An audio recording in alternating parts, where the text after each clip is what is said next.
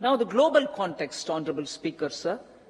Geopolitically, global affairs are becoming more complex and challenging with wars and conflicts.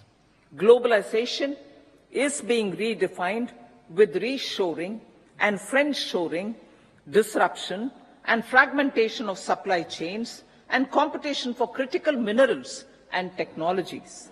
A new world order is emerging after the COVID pandemic. India assumed the G20 presidency during very difficult times for the world. The global economy was going through high inflation, high interest rates, low growth, very high public debt, low trade growth, and climate changes. The pandemic has led to a crisis of food, fertilizer, fuel, and finances for the world, while India successfully navigated its way. The country showed the way forward and built consensus on solutions for those global problems. The recently announced India, Middle East, Europe economic corridor is a strategic and economic game changer for India and others. In the words of Honourable Prime Minister, the corridor, and I quote, will become the basis of world trade for hundreds of years to come, and history will remember that this corridor was initiated on Indian soil, unquote. Vision for Viksit Bharat. Our vision for Viksit Bharat is that of prosperous Bharat in harmony with nature, with modern infrastructure, and providing opportunities for all citizens and all regions to reach their potential. With confidence arising from strong and exemplary track record of performance and progress, earning Sabka Vishwas, the next 5 years will be years of unprecedented development and golden moments to realize the dream of developed India by 2047.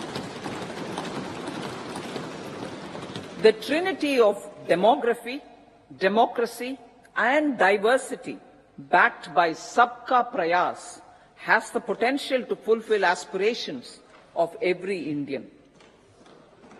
As Honourable Prime Minister in his Independence Day address to the nation mentioned, I quote, there is no dearth of opportunities, as many opportunities as we want. The country is capable of creating more opportunities. Sky is the limit, unquote. Strategy for Amrit Kal.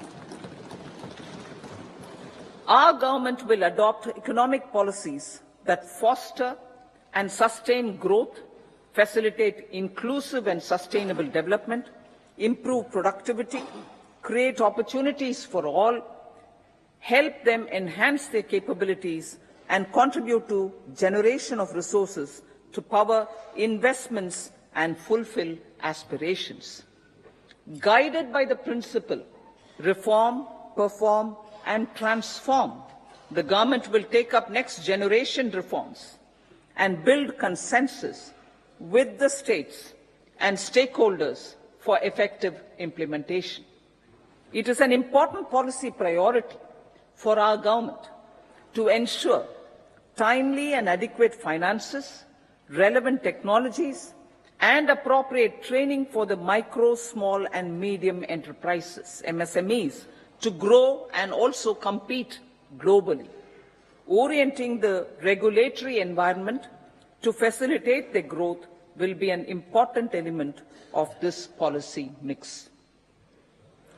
Aligning with the Panchamrit goals, our government will facilitate sustaining high and more resource-efficient economic growth. This will work towards energy security in terms of availability, accessibility, and affordability. For meeting the investment needs, our government will prepare the financial sector in terms of size, capacity, skills, and regulatory framework. Aspirational Districts Program. Our government stands ready to assist the states in faster development of aspirational districts and blocks, including generation of ample economic opportunities. Development of the East. Our government will pay utmost attention to make the eastern region and its people a powerful driver of India's growth. PM Awas Yojana Gramin. Despite the challenges due to COVID, implementation of PM Awas Yojana Gramin continued, and we are close to achieving the target of 3 crore houses. 2 crore more houses will be taken up in the next 5 years to meet the requirement arising from increase in the number of families. Rooftop solarization and Muft Bijli. Through rooftop solarization, 1 crore households will be enabled to obtain up to 300 units free electricity every month.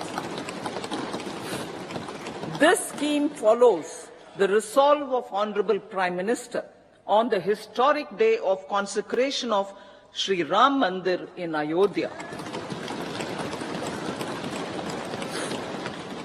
Following benefits are expected. Savings up to 15 to 18,000 rupees annually for households from free solar electricity and selling the surplus to the distribution companies.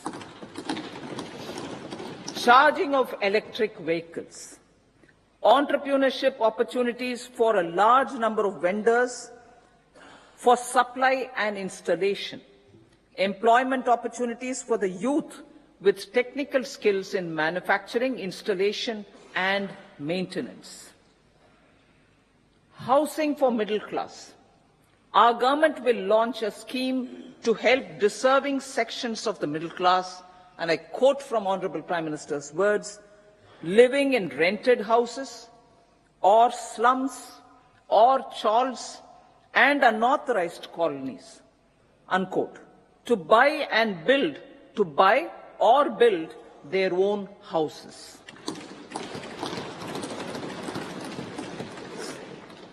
Medical colleges. Several youth are ambitious to get qualified as doctors. They aim to serve our people through improved healthcare services. Our government plans to set up more medical colleges by utilizing the existing hospital infrastructure under various departments. A committee for this purpose will be set up to examine the issues and make relevant recommendations. Cervical cancer vaccination.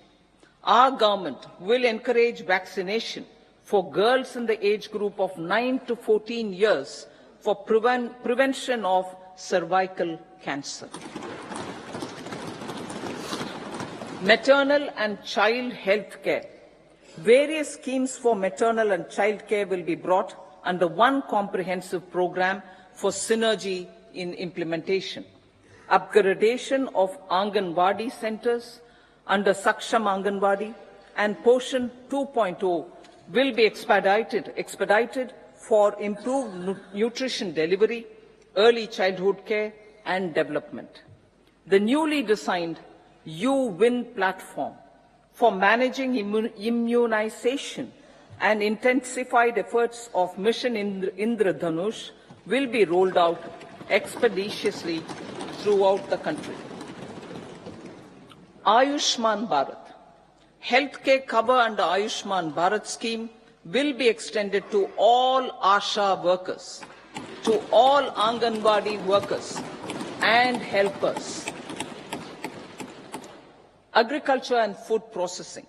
The efforts of value addition in agriculture sector and boosting farmers' incomes will be stepped up. Pradhan Mantri Kisan Sampada Yojana has benefited 38 lakh farmers and generated 10 lakh employment. Pradhan Mantri Pradhan Mantri Formalization of Micro Food Processing Enterprises Yojana has assisted 2.4 lakh SHGs and 60,000 individuals with credit linkages. Other schemes are complementing the efforts for reducing post-harvest losses and improving productivity and incomes.